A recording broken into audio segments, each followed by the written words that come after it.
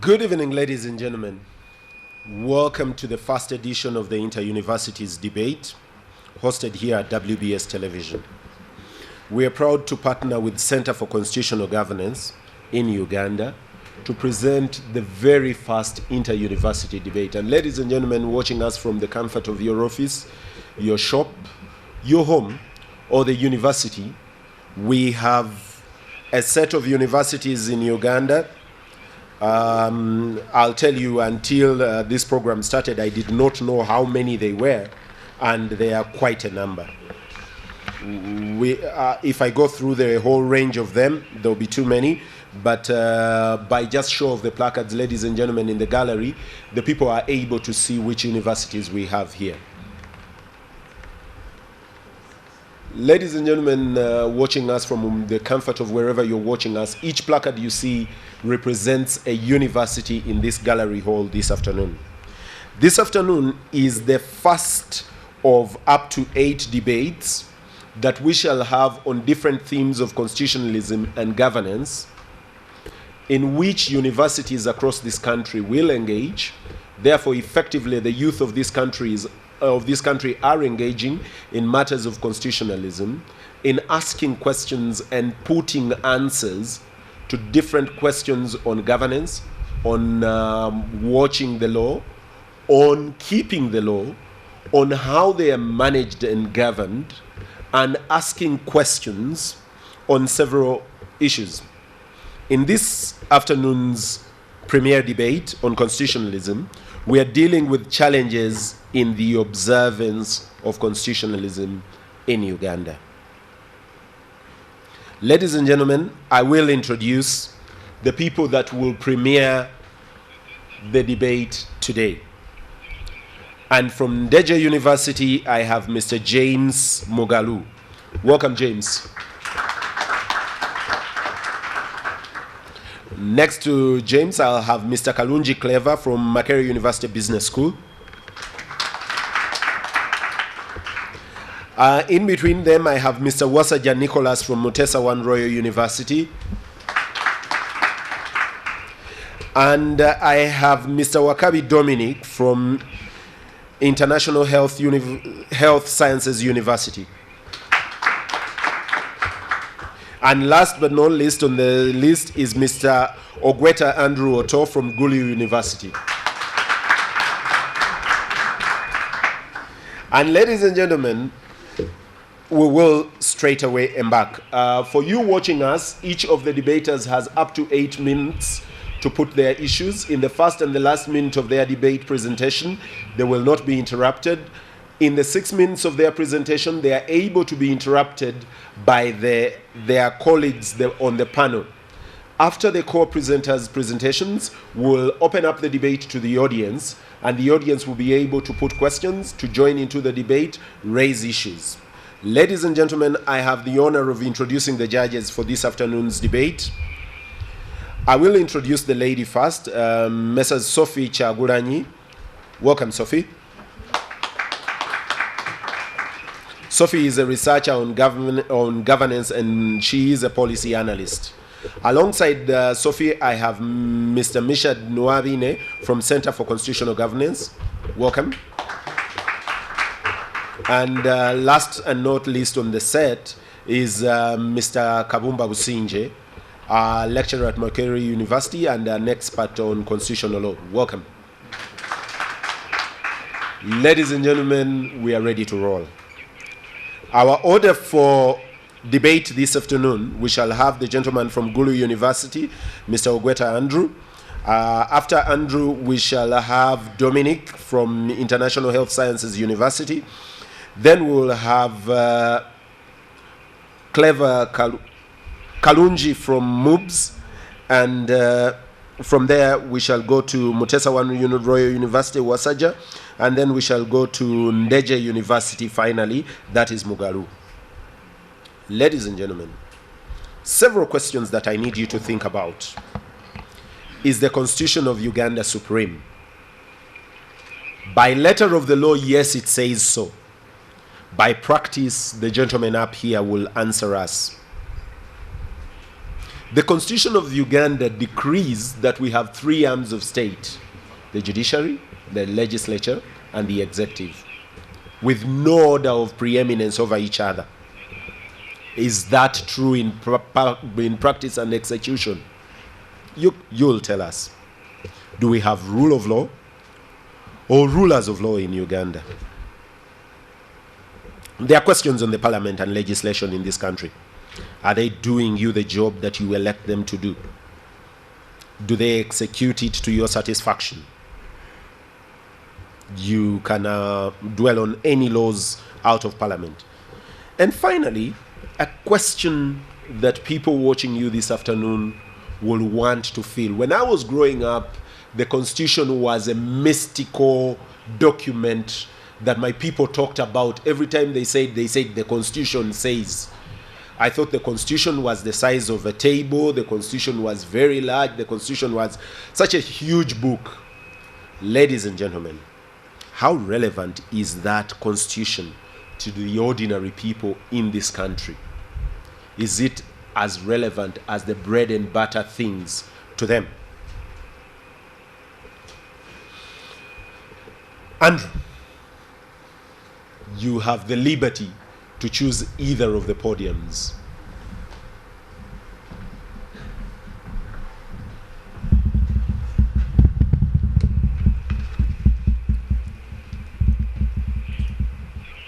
For once, we have a people together, a people ready to reclaim their destiny, a people working on a solid solidarity, a people united for a purpose, a people ready to reclaim their destiny, a people gathered in this house today.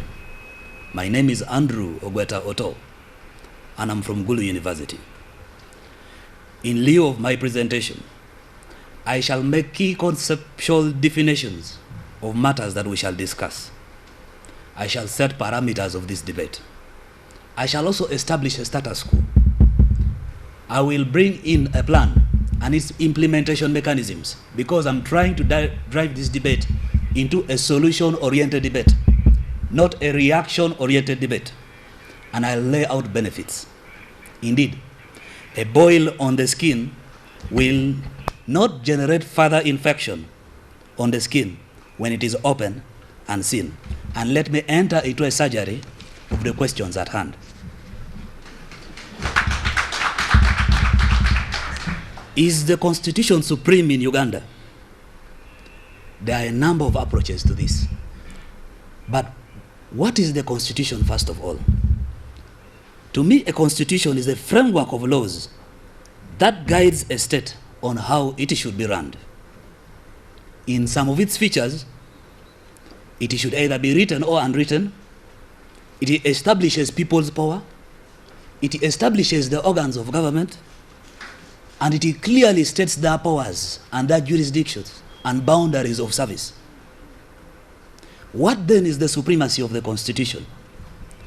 The supremacy of the Constitution is the situation where the Constitution dictates, acts, guides, commands, and propels action, conduct, policies, lawmaking, development, and politics of the country. Among the features, rule of law, passing of laws in line with the Constitution. Now, we note with great sorrow that the aspect of supremacy of a Constitution is in the letter of the Constitution in Article 2, where we say our Constitution is the supreme law of the land. But to what extent is our Constitution the supreme law of the land? The issue is, do everybody know the Constitution? Is the first test we are going to give it. How many people know? From Maraka district up to Karamoja. From Karamoja to Busitema, how many know the Constitution? When did civic education start and when did it end? Do we still see it today? The common man doesn't know the Constitution. And this makes it this creates an absolute situation of unconstitutionalism. So this now removes all aspects of having supremacy of the Constitution. Now, what makes our Constitution not supreme? We do not have protection mechanisms of the Constitution. We do not have civic education, which would generate a population which is there ready to protect, defend, and promote constitutionalism. So in that lieu, why don't we revive back civic education? We were able successfully to remove political education and civics from the syllabus. But what did we replace it with as government? So it is on that analysis that the more and the stronger we build the civic populace, the greater shall there be a force to guarantee success of constitutionalism. I'm still informed. Are the three arms of government independent? Is another issue. Now, where did we derive the three arms of government from? Baron de Montesquieu, in his wisdom, propounded that a good state should have balance of power, where three arms of government are properly established: the legislature, the executive, and the judiciary. However, modernity found it hard to make it practicable for that theory in its absolute form to be implemented on ground. It is for that reason that a system of checks and balances were created. That is why we have the committee of approving. We'll take the information.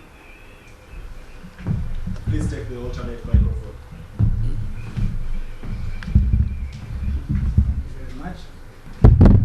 Thank you very much, Mogalu James, Ndeje University. You speak of protection mechanisms, all right? However, if we are here to promote a practical method of putting a solution to this, then my question would be, what are these protection mechanisms you're looking at? Let's not stop. Yeah, that was the point I was driving to. Thank you very much. The protection mechanisms are established in the three arms of government that we have.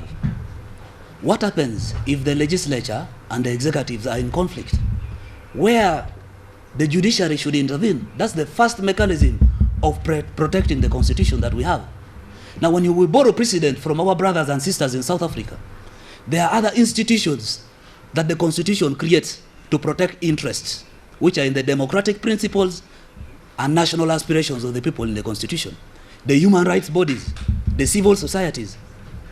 These are the implementation mechanisms and the protection mechanisms that I was trying to drive at. Now, on separation of powers, we do not have a strict... As well.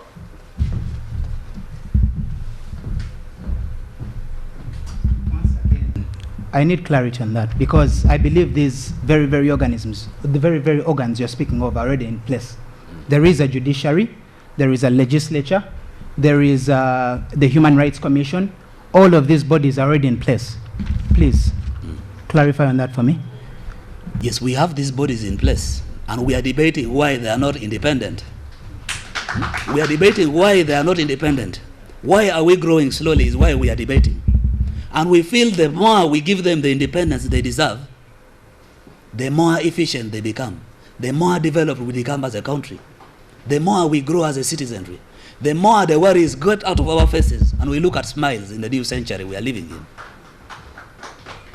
Now, for us to claim that we have separation of powers within these arms of government would be so mythical.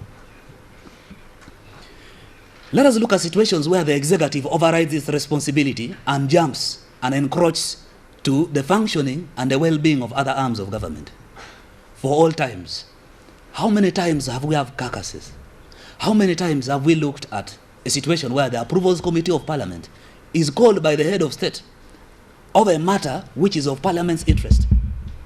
There we will need independent arms with neutrality. We need reduction in concentrated power.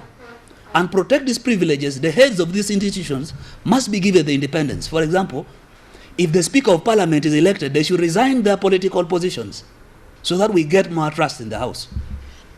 That is a practical thing that we can do as a nation. Now, we have rulers of law in Uganda, not rule of law. Information. Because there is total disregard of the law. Let us look at the human rights abuses. How our constitution is no longer supreme. The Serena and the Banda case, where the head of state comes and interferes and says, over my dead body, where does he get the power to tell us all that? Where? The Arunda issue, where he does it at all costs to make him a minister, contrary to the provisions in the UPDF Act. the rebel MP's case, and the Uganda police. For the last time. Again, Mugalu James. I require information on a specific citation exactly that is in contradiction of Aronda Nyakairima's appointment as per the UPDF Act. As per the UPDF. Thank you very much. Thank you. The UPDF Act clearly states that a member of the UPDF shall be independent and non-partisan. Now, being in cabinet brings in a political color on even a white coat. It brings it clearly. So, I guess I've addressed that issue very well. So, Ugandans, we need knowledge of the law through civic education. We need implementers of the law with democratic principles, and that is democratic policing. We need a nation based on merit. Merit, not the winner takes it all. When will we have a winner takes it all with all able people? Not a winner takes it all with all type of people that he can propose. I say that for God and my country. Thank you. Thank you very much, Andrew. Thank you very much, Andrew, for certainly opening up the debate. It is a challenge, certainly, that he throws to everyone. And being the premier, I know his colleagues are now advantaged. They are able to take their breath and know how to go about the business. We will go to the gentleman from International Health Sciences University, Dominic. Dominic, as you take the podium, please address yourself to the issues, and as much as possible, keep the examples reduced so that it gives you leverage to deal with a lot more issues. The moderator, our judges, the audience, and of course viewers, I welcome you once again to this important discussion about constitutionalism in observance and the challenges. Indeed, the word constitution comes from the word constitution, which is derived from the former philosophers. I quote Aristotle, who lived before Christ came in the year 382 to the year 322. That gentleman carried out a thorough research on the constitutions of Greece and found that for any country to thrive, there should be rule of law. And any country to thrive, there should be a basic law that governs the land. And that's the constitution. Once it's put in observance and it's adhered to, that's what we call constitutionalism. Currently, we have challenges whereby most of African countries, where Uganda is inclusive, we have more of written documents known as constitutions, but observance is more to a limitation. Ladies and gentlemen, I want to assure you that we have a challenge. We have written constitutions. Uganda being a nation that was born in 1962 at independence, we have so far had 4 constitutions. The 1962 Constitution of Independence, 1966, 67, and now the commonly known as the 1995 Constitution of the Republic of Uganda. They have all existed. But when you look at the population, challenges are still existing. This importation of the word constitutionalism comes... We'll take the information. Please take the alternate mic. James, once again. I would like information exactly on that 1962 Constitution. As far as I'm concerned, there are 3: the 1966 Pigeon War, the 67 that abolished kingdoms, and the 1995 Constitution that we are operating on now. Which one is the 1962 Constitution?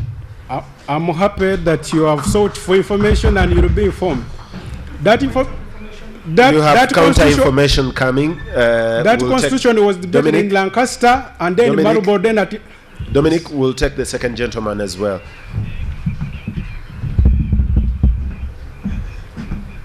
Thank you very much. I'm Wasaja Nicholas from TESA. I want to inform Mr. Kalunji that in 1962 we had a constitution that was promulgated in Lancaster. It was broken down in 1966 by Milton Obote. At Health Sciences, we are healthy and ideas are healthy. Ladies and gentlemen, as we continue, the supremacy of the constitution in Uganda is there and is provided for in Article 2 of the Constitution. However, there are some challenges that sometimes do come about, and I would like to assure you that once the population is not informed to be a literate population, to be a knowledgeable population, we shall have a constitution which will be more of papers than a constitution which is more in action. Because there is a challenge in informing the public about the constitution as provided for in Article 4 of the Constitution. The state is not carrying out its activities. Even the commission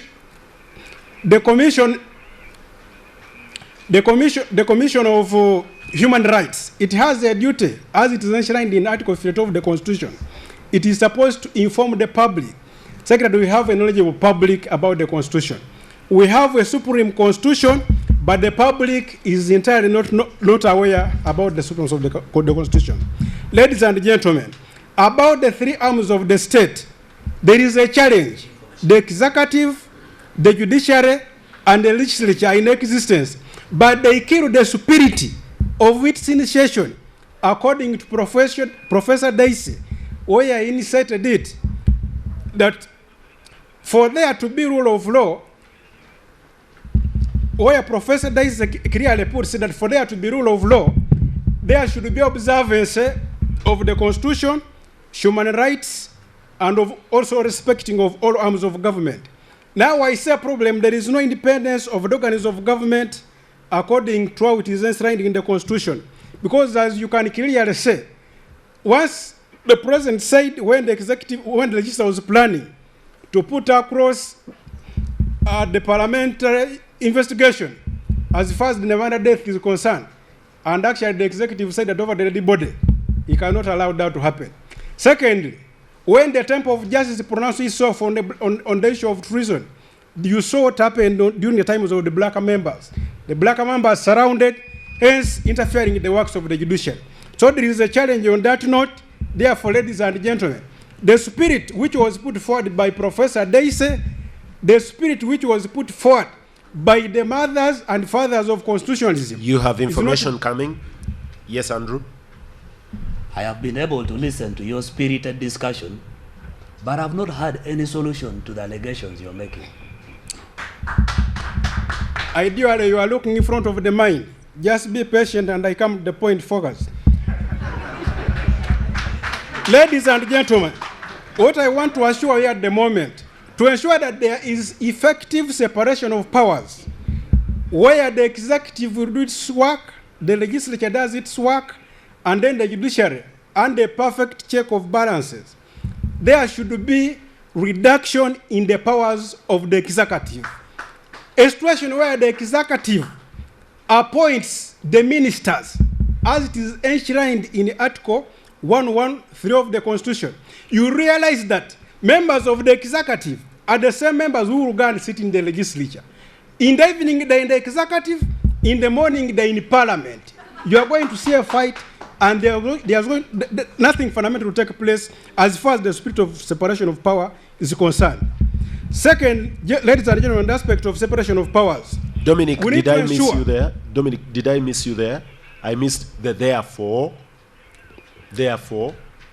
Therefore, ladies and gentlemen, on the aspect of separation of powers, once the executive powers are streamed and it is limited, such that the appointment authority does not cross from selecting members of parliament to be as members of the executive, that problem will never be solved, and it will continue to be there probably until Jesus comes back.